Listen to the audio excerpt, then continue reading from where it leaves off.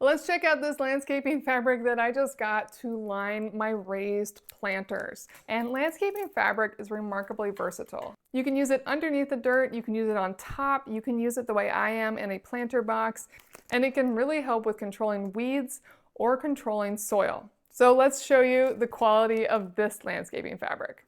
Now, I won't be using these, but it does have these solid little plastic plates and these great sturdy metal hooks here that can go through the fabric and really tamp it down into place.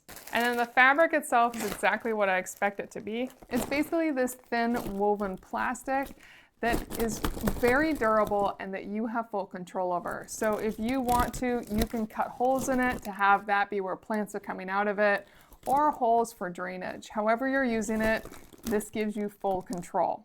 And when I spread it out completely, you may see the blue lines going through it, and those are just more breathable lines right along the different parts of the stitching.